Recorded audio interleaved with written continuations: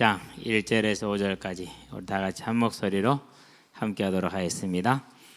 그 해가 돌아와 왕들이 출전할 때가 되매 다윗이 요압과 그에게 있는 그의 부하들과 온 이스라엘 군대를 보내니 그들이 암몬 자손을 멸하고 랍바를 에워쌌고 다윗은 예루살렘에 그대로 있더라.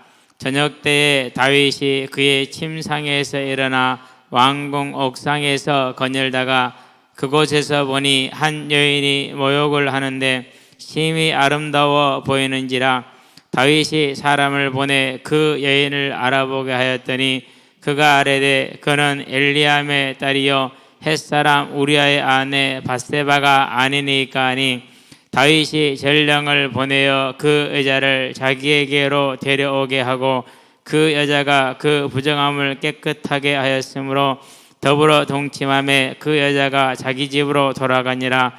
그 여인이 임신함에 사람을 보내 다윗에게 말하여 이르되 내가 임신하였나이다 하니라. 아멘. 자, 왕들이 출전할 때 출전해야 되는데 했다 안 했다? 안 했다. 벌써 여기서 뭐가 나오죠? 다윗이 책임을 다하지 않은 것을 하나님이 이렇게 표현을 했습니다.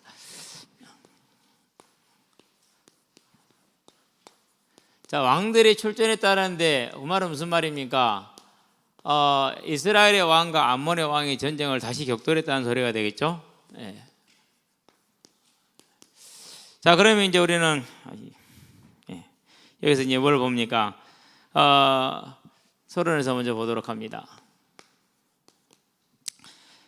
사람이 신앙생활을 하고 살아가는데 한때 또 뭐 실수할 수도 있고 어려울 때도 있고 그러겠죠. 근데 하나님은 그 위대한 인물 다윗의 성공도 기록했지만은 실패도 기록했다라는 거. 예. 그래서 그에게는 그게 뭐가 되죠? 수치가 됐겠죠. 지금도 수치가 되어 있죠. 그렇죠? 언제까지는 수치가 됩니까? 주님이 다시 오시는 부활의 때까지는 수치가 되겠죠. 그런데 여기서 우리는 뭘 봐야 됩니까? 하나님의 사랑을 봐야 됩니다. 어떤 사랑입니까? 히브리서 12장에 보니까 징계가 없으면 아들이 아니라고 그랬죠. 12장 8절입니다. 그렇죠? 12장 6절부터 쭉 이렇게 읽어보면은 9절, 10절, 11절, 12절까지 쭉 가보면은 그래요. 그래서 징계는 다 받는 것입니다. 없으면 사생자, 독생자라고 그러죠. 사생자라고 그랬어요. 왜 그렇죠? 로마서에 보니까 1장 24절에서 32절에 뭐가 없어요? 여기는 징계가 없어요. 왜 그래요? 버려둔 거예요. 그러니까 다윗이 이 일로 인해서 수치를 받은 것 자체가 하나님이 그를 얼마나 사랑했는가를 알 수가 있죠. 그럼 우리는 여기서 뭘 봐야 됩니까? 저와 여러분이 살아가는 데서 답답한 일이 많을 겁니다. 그렇죠? 말 설명을 해도 안 되고 서로 생각이 다르고 입장이 다르기 때문에 생각이 다를 수가 있고, 때로는 누군가가 중간에서 없는 말을 창조해버리면 그걸 거짓말이라고 그러죠. 그러면 이제 뭐 이러지도 못하고 저러지도 못하고 그렇다고 멱살 잡고 싸울 수도 없고 싸워본들 해답이 안 나고 수요일 날 얘기했는가요? 금요일 날 얘기했는가요? 아니 초등학생들끼리 이제 장난을 하고 있었어요. 광은이하고 재영이하고 무슨 장난을 했느냐? 서로 이제 거시기 잡기 장난을 한 거예요. 이제. 얼마나 웃겼겠어. 그러니까 저그들은 서로 이제 그걸 잡으면서 안 잡히려고 그러고 잡으려고 노력을 하는 차에 지나가던 이상한 어른이 그걸 봤어. 그러고 야 이 새끼들 하지 마 이러고 싸우지 마 이렇게 하고 간 거야. 얘들은 뭐야? 이 아저씨 왜 그래? 그러잖아요. 괜히 지나갈 그냥 할 일이지. 그래서는 재영이가 멀뚱하게 쳐다본 거예요. 이제. 그래서 이제 싸가지 없이 쳐다본다고. 이제 아이에게 이제 겁박을 한 거죠. 나중에 이제 가서 내가 그분한테 그랬어요. 그만하고 가시라고. 잘한 거 하나도 없으니까 이제 그만하라고 이렇게 얘기했거든요. 근데 그만 안 해요. 얘하고 똑같은 것이죠. 답답하더라고. 때릴 수도 없고 맺힐 수도 없고. 그래서 재영이는 끝까지 버티려고 그러고 옆에 가면 준서라는 녀석이 아주 같이 이제 준비를 하고 있어. 준서 지금 먼저 째려보고 있더라고. 이유인즉슨 간단해. 네가 왜 내 친구한테 시비 거냐 이거야 이제. 그래가지고 그 아저씨 그날 혼났어. 왜 혼났느냐? 경찰 왔지요. 부모님들 왔지요. 끝났는 줄 알았는데 준서가 또 친구들하고 그 아저씨를 쫓아간 거야. 다 경찰들이 가고, 왜? 저거들은 무리잖아. 여럿이부터 하나 정도는 다구리 치는 거 일도 아니거든. 더군다나 술까지 먹었으니까. 예, 그래서 쫓아갔는데 내가 나중에 이제 그 주동자한테 물어봐서 어쨌든 그냥 가대요. 저거들이 쫓아갔는데 그냥 가더래. 집으로 가더래. 그래서 참 위기를 넘겼다 속으로만 생각을 했는데 진짜 답답하다니까. 때릴 수도 없고 열 수도 없고 저거 그냥 한 주먹거리도 안 돼 보이는데 그러잖아요. 어쩌면 그것이 일생이 될 수도 있어. 그러는데 우리는 뭘 봐야 됩니까? 하나님이 그것을 기록했다라는 거예요. 기록했다라는 거예요. 하나님께서 심판자로 계신다라는 겁니다. 그리고 다윗은 은밀하게 행하였지만 하나님은 만천하에 드러냈다는 사실. 우리아는 아무것도 몰랐지만 하나님은 모든 걸 알고 계셨다라는 거. 그게 저와 여러분들은 뭐가 되는 거예요? 이제 이게 위로가 되는 거예요. 그래서 어떤 일이 있든지 간에 어떤 문제를 만나든지 간에 하나님은 살아계시다. God is not dead, He is alive. 오케이? 하나님은 살아계시다. 죽지 않았다. 맞죠? 예. 그 영화를 봤는데요, 3편까지 나왔어요. 재밌더라고요. 아마 4편은 중국이 될 것 같아. 중국으로 들어간 그 친구가 이제 선교사가 되는. 예. 아버지가 공산당 고위직이라 아니 이놈 새끼가 갑자기 그런 문자를 보낸 거예요. 무슨 문자를 보냈어요? God is not dead, He is alive. 이렇게 보낸 거야. 그래가지고 아버지가 그걸 보고는 기분 완전히 나빠가지고 중국은 미국까지 쫓아왔어. 내 이놈 새끼. 그러면 동생 유학 못 간다 이거지. 왜? 공산주의 국가에서 그러면 안 보내불잖아요. 그런데 그 공산주의 국가로 다시 복음을 전하겠다고 돌아갔어요. 그걸 보면서 기도하기 시작했어요. 하나님, 말레이시아에 있는 그 난민들이 그들이 꿈꾸는 유럽으로 가는 것이 아니라, 육신의 꿈을 따라 유럽으로 가는 게 아니라 하나님을 만나서 다시 고국으로 유턴하는, 돌아가는 선교사의 발걸음이 되게 해달라고 기도하기 시작을 했어요. 그래야겠죠. 그게 이제 하나님 하시는 일이. 그래서 저와 여러분들은 우리에게 하나님의 심판이 있다, 상급이 있다. 그것이 위로가 되고 능력이 되게 하시기를 바랍니다. 그 말은 무슨 말입니까? 육신의 싸움하지 마라. 오직 하나님의 부르심의 영적인 싸움을 하자. 본론입니다. 다윗의 나태함입니다. 네. 누구나 그럴 수가 있겠죠. 그렇죠? 그런데 다윗을 보기 바랍니다. 자, 우리가 나태함을, 이 나태가 얼마나 위험한지를 보기 위해서 다윗이라는 사람의 믿음의 어떤 뭐라고 할까 모습을 봐야 돼요. 다른 말로 표현하면 믿음의 능력이라고 할 수가 있죠. 그렇죠? 저는 많은 장면 중에서 가장 인상적인 장면들을 몇 개 뽑으면 사무엘상 17장 26절이에요. 아니 저것이 무엇이건디? 과연 나는 그럴 수 있을까? 제가 볼 때는 어림도 없어요. 두 번째 뭘 뽑냐면요, 사무엘상에 보니까 24장이죠. 예, 4절에서 7절이에요. 그 조로의 찬스를, 그 조로의 찬스를. 그러죠. 모든 고통을 끝낼 수 있는, 나만이 아니라 함께하는 600여 명의 그 어린아이들과 여자들까지 모든 사람들의 고통을 단번에 끝낼 수 있는데 그렇게 하지 않죠. 한 번도 아니요, 두 번씩이나. 뭐 가장 위대했던 이런 장면이지 않겠느냐, 그런 생각이 들어요. 이랬던 사람이라니까요. 이랬던 사람. 근데 이랬던 사람이 갑자기 변했다. 참 놀라운 일이죠. 그렇죠? 이랬던 다윗도 무엇을 못 이겼어요? 왕들이 출전할 때에 다윗은 어디에 남아버렸습니까? 11장 1절에 보니까, 자, 일단은 요압을 보냅니다. 군사령관이니까 당연히 가겠죠. 그러면 누구를 보냅니까? 다윗의 부하들, 신복들을 보냅니다. 나라의 주요 장군들을 다 보낸 겁니다. 그런 다음에 이스라엘 전군을 동원하였습니다. 당연히 이 싸움은 누구의 싸움입니까? 이 싸움은 하나님의 싸움입니다. 왜요? 우리가 봤잖아요. 사무엘상 17장 26절. 누구의 싸움이요? 3절에서 10절. 누구의 싸움이요? 하나님의 싸움. 이스라엘을 모여겠다, 하나님을 모여간 것이죠. 당연히 누가 나가야 됩니까? 그래서 이들을 이끌고 왕이 나가야죠. 그래서 누구예요? 그래서 왕들이 출전할 때. 그렇죠? 그런데 무슨 이유에서인지 다윗이 안 갔어요. 뭐가 온 겁니까? 그러니까 나태가 온 겁니다. 자, 나태가 오니까 뭐가 왔습니까? 이게 오니까 요한일서에 보니까 2장 15절에 세상이나 세상에 있는 것들을 사랑하지 말라. 그것들은 아버지께로 쫓아온 것이 아니라 세상으로 난 것으로 육신의 정욕과 안목의 정욕과 이생의 자랑이라 그랬어요. 여기에 딱 잡히게 돼요. 여기에 잡히게 되니까 어떻게 됩니까? 여기에 잡히게 되니까 모든 것이 무너져 버렸어요. 계시록 16장 12절.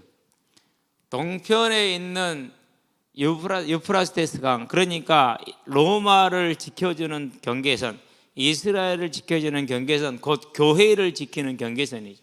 그게 무너져요. 이게. 그러니까 그의 이성이 마비됩니다.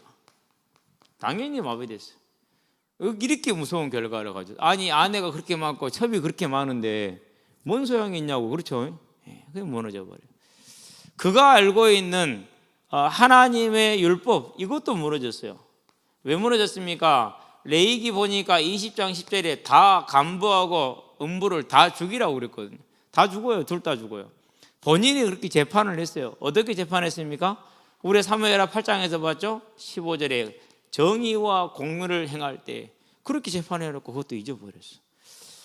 그러면서 뭐가 잊어버립니까? 기본적인 윤리. 아니 왜 남의 아내를 보고 이상한 생각을 갖냐? 그거 이상한 거 아닌가요?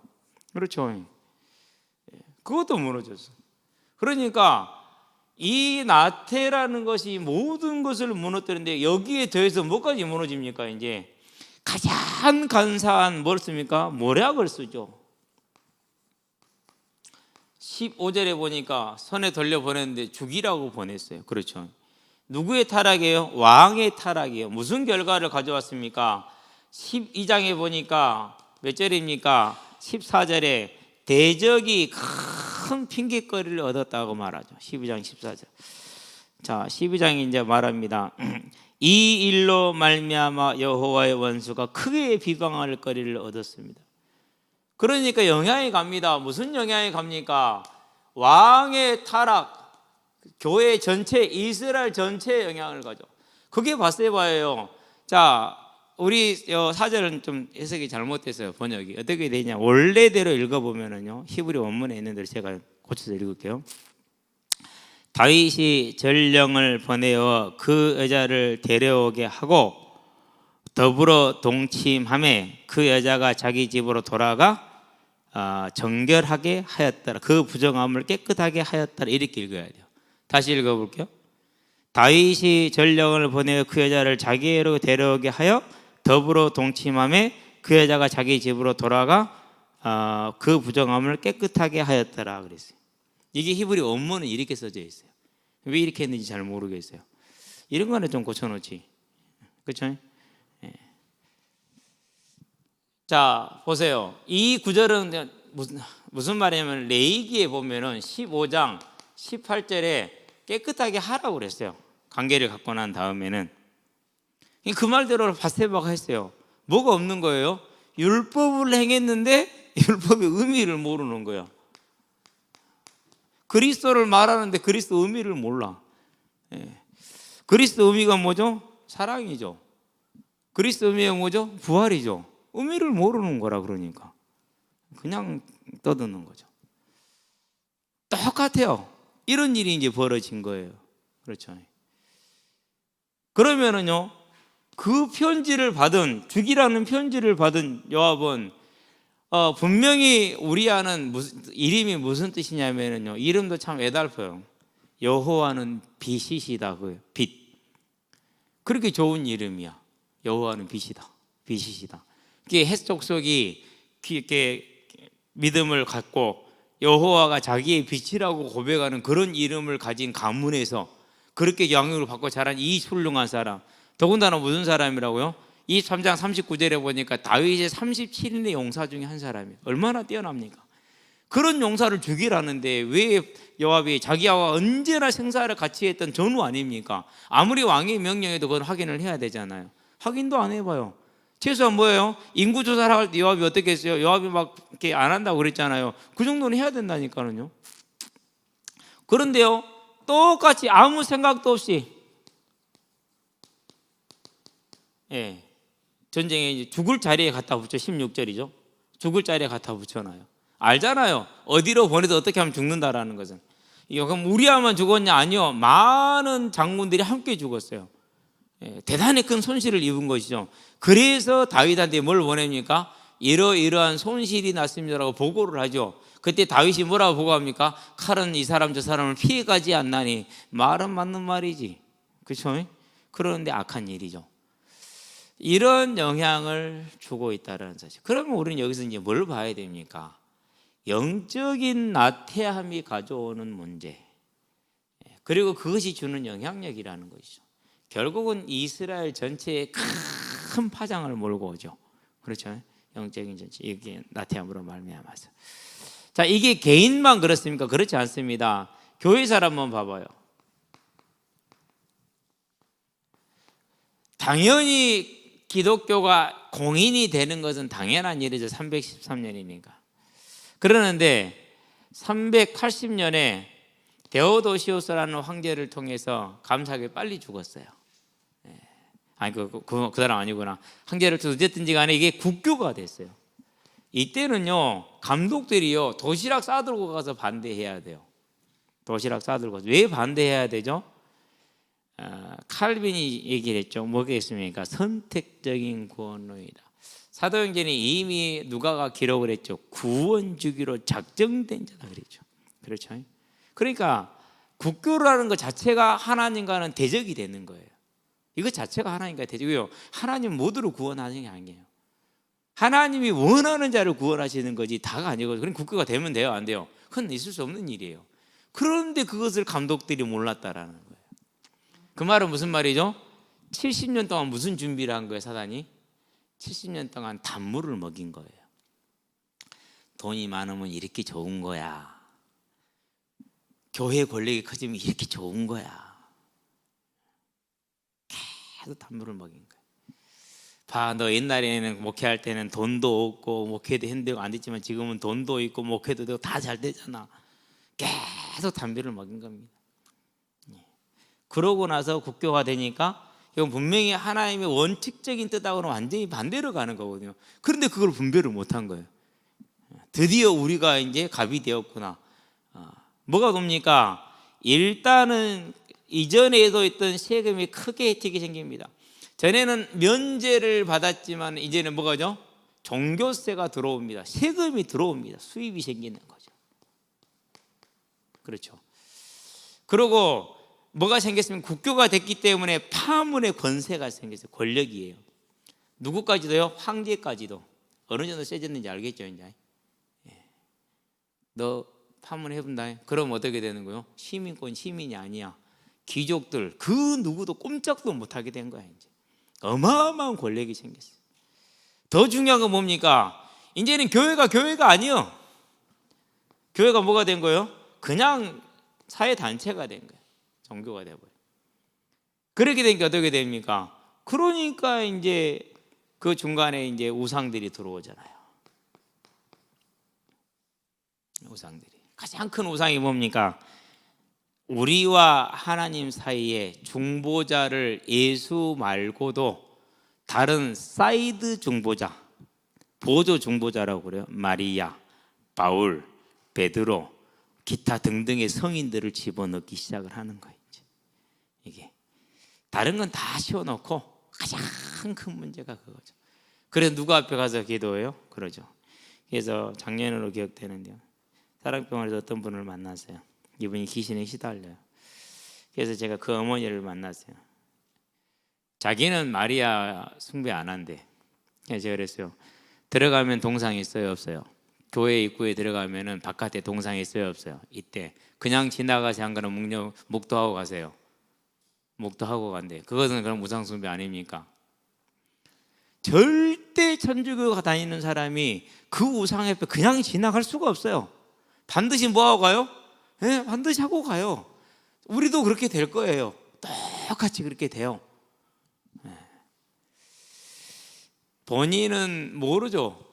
이 우상 숭배가 이러한 결과와 함께 가문의 성경들이 이렇게 나옵니다. 어떻게 하시겠습니까? 1시간 걸렸어. 그것을 대답을 기다리는데. 근데 나중에는 본인이 왜? 어떡할 겁니까? 호반이었구나. 어떡할 겁니까? 그러니까 거기서 얘기를 하더라고. 내가 우상을 내려놓고 버리겠다. 이 딸을 살려야 되니까. 그러면 이제 예수님 영접하십시다. 영접했어요. 교회 가셔야죠. 대답을 또 못해. 왜요? 쉬운 일이 아니죠. 얼마나 어렵겠습니까? 가장 가까운 교회가 어느 교회입니까? 집에서 가까이 한 200여 m 거리에 거기 가시면 된다고. 가시면 하나님이 준비해 놓은 만남이 다 있을 것이니까 가보시라고 그랬어요. 근데 그렇게 돼버렸단 말이에요. 그러면 이 초대교회가 어떤 교회입니까? 우리가 알고 있던 성경이 그 교회라니까. 그게 이렇게 바뀌었다니까. 이것을 위해 이제 이걸 막겠다고 수도사들이 나왔어요. 그 사람들이 영향력이 생기니까 수도원이 생겨요. 예. 우리가 커피 마시는 것 중에 수도원 이름 있는 거 혹시 아세요? 카푸치노. 그게 어떻게 된 거냐면요. 이제 전쟁이 났는데 그 왕국이 뭐더라? 무슨 왕국이죠? 오스만 투르크 제국. 이 오스만 투르크 제국이 무슬림 국가잖아요. 요게 이제 오스트리아만 무너뜨리면은 빈을 무너뜨리면 전쟁이 이제 기독교 국가는 다 끝나는 거예요. 유럽이 다 끝나는 거예요. 이제 그러는데 포위되어 있는 상황 속에서 수도사가 이제 원군이 와 있는데 그 원군하고 연락을 하기 위해서 연락이 필요한데 갈 사람이 아무도 없는. 그때 누가 하느냐? 한 수도승이 나선 거예요. 내가 가겠다. 생명을 걸고 갔어요. 그래요. 드디어 그 포위망을 뚫고 가서 연결을 해서 적진의 이제 성내 상황과 성 밖의 상황을 연결을 해서 소식이 이제 알고 된 거죠. 소통이 된 거죠. 그래가지고 싸움에 이겼어. 싸움에 이겨서 이제 노량물들을 이렇게 취해 보니까 그게 이제 검은 콩이 있는 거야. 냄새가 이상해. 먹어본 게 너무 써. 그래서 우유를 좀 타보니까 먹기가 좋아. 그래서 그 음식을 뭐라고 그런 거야? 당신이 어느 수도의 소속이냐? 카푸치노 수도의 소속이냐? 그러면 지금 그래서 카푸치노가 된 거야. 우리는 그냥 맛있잖아요. 그렇죠? 그러니까 그 사람들은 진짜 속세를 등지고 진짜로 이렇게 결혼도 안 하면서 뭐 한 거예요? 오직 우리가 예수만 섬기겠다 한 거라니까요. 그렇게 해서 이렇게 수도사들이 이름을 떨치면 수도원이 생기고 그래가지고 사람들이 모여서 거기서 이제 정진을 하는데 이 명성이 생긴단 말이에요. 그러면 사람들이 그래 예수 믿는 모습은 저래야 돼. 저 사람들은 진짜 믿는 사람들인 것 같아. 그러고 여기에다가 이제 헌금을 시작을 합니다. 기부라고 그러죠. 그러고 이제 논밭을 이렇게 이제 뭐 이렇게 막 등등 합니다. 그럼 또 돈이 많아집니다. 그러면 또 금방 또 어떻게 됩니까? 원시적으로 다시 돌아옵니다. 타락을 합니다. 그러면은 이 정도까지 가는데 보통 결단이겠습니까? 작은 결단 가지고 아니죠. 그렇죠. 아니 독신으로 살겠다. 그것도 저 광야로 나가서 사람들하고 관계를 다 끊고 살겠다고. 우리로 말하면 산중 절간에 들어간 거라니까. 우리 어르신 얘기자면. 그런데도 결국은 이렇게 돼요. 얼마 안 걸려요. 근데 그 시간이 반복되는 거죠. 그러면은요, 개혁교회는요 똑같아요. 이 나라에 복음이 처음 증거됐을 때 어떻게 제일 개혁 대상이 뭔지 아십니까? 사람들의 개혁 대상. 선교사들이 와가지고 뭐인 줄 아세요 혹시? 뭐였어요? 소라고 노름. 그 삶을 바꿔주고자 그렇게 애를 썼어요. 그런데 이제 공식적으로 소리 들어와 버렸네. 100여 년 만에 다시. 작은 일이에요? 절대 작은 일 아니에요. 그렇죠? 보세요. 금방 그렇게 됐다니까요. 그럼 어디서부터 시작됐어요? 그거지. 왕부터 시작됐잖아요. 무서운 거예요. 예. 저와 여러분들이 이걸 보면서 뭘 해야 됩니까? 그래서 우리는 로마서 15장 4절 전에 기록된 것은 무엇을 위해서 기록됐다고요?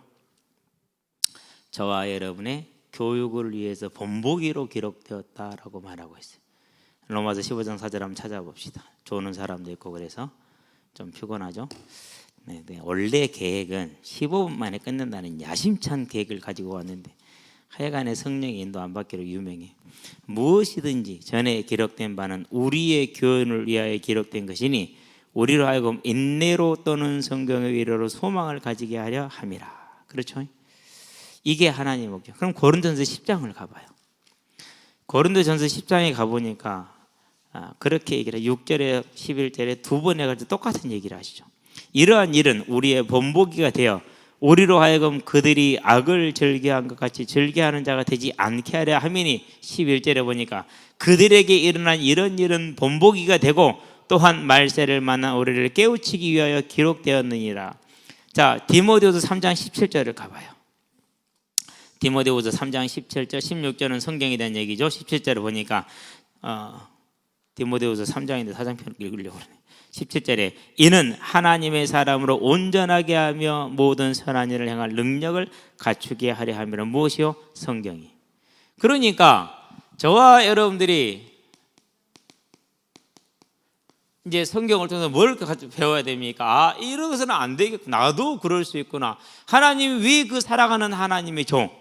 사무엘하 7장에 보니까 뭐라고 그럽니까? 내 종 다윗에게 가서 이렇게 일러라. 내 종 다윗을 내가 택하였나니. 그러면서 17절까지 다윗 언약을 영원히 주잖아요. 용서하셨고요. 회복시킨 거란 말이에요. 그런데도 기록해 놓은 이유가 뭡니까? 저와 여러분 다시는 로 하여금 이런 나태에 빠지지 않게 하기 위함이죠. 그래서 베드로전서에 뭐라고 그럽니까? 5장 8절에 근실하라 깨어라 너희 대적 마귀가 우는 사자와 같이 그랬어요. 너희 대적 마귀가 우는 사자와 같이. 저와 여러분들이 이 말씀이 그냥 지나가서는 안 돼요. 기억하기 바랍니다. 100년 전에 이 땅에 복음을 전할 때 선교사님들이 가장 이 땅의 사람들의 삶을 바꾸기 원했던 것이 겨울이면 모여서 노름하고 매일 가난한 사람들이 술이나 마시고 있고 그러면서 술 먹으면서 노름, 이거 바꾸려고 그렇게 애를 썼다니까. 그러고 증거가 가장 큰 증거가 뭐였느냐? 예수 믿고 성령 받으면 노름 끄고 술 끊는 것이었어요. 근데 그것이 다시 들어왔다라는 게 나는 진짜 이건 보통 일이 아니에요. 그것도 복음이라는 이름으로 니골라당이 다시 들어왔다.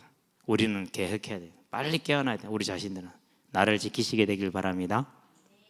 근신하라 깨어라 너희 대적 마귀. 자, 그러면 이제 7번째, 그럼 나의 테마는 뭐냐? 이 질문을 해야겠죠. 그렇죠? 저와 여러분의 테마는 뭐냐란 말이에요. 이제 우리의 테마를 알고 제가 볼 때는요, 이전에 교회가 가지고 있던 선한 것들을 다 버려버렸어요. 분명히 해가 뜨면 뭐가 생기죠? 그늘이 생기죠. 그늘 없앤다고 해 없으면 돼요, 안 돼요? 안 되는 거예요. 제가 박스를 이제는 안 버리고 밭에다 갖다 놔 이유가 있어요. 풀에게 해를 가리기 위한 거예요. 그러면은요, 풀 안 매도 돼요. 다 죽어요, 그냥. 박스 넣으면 비 오면 젖잖아요. 그럼 내년에는 박스 있지도 않아요. 거름돼요. 네. 우리가 교회가 가지고 있던 어떻게 보면 정말 힘써서 지키던 것들이 아름다운 것들이에요. 실은 그 안에 뭐만 더 우리가 추가하면 돼요. 모자란 건 보충하면 돼요. 없을 것이 아니라. 그래서 저와 여러분, 제가 볼 때 제일 큰 테마는 기도 안 해. 기도한다면서 기도 안 해. 기도의 깊은 곳 속에 들어갈 수 있는 은혜 입으시게 되길 바랍니다. 예, 반드시 해야 돼요. 예. 제가 볼 땐 제일 커요. 얼마 전에 동기가 이제 지난주 일요일 날 개척을 했어요.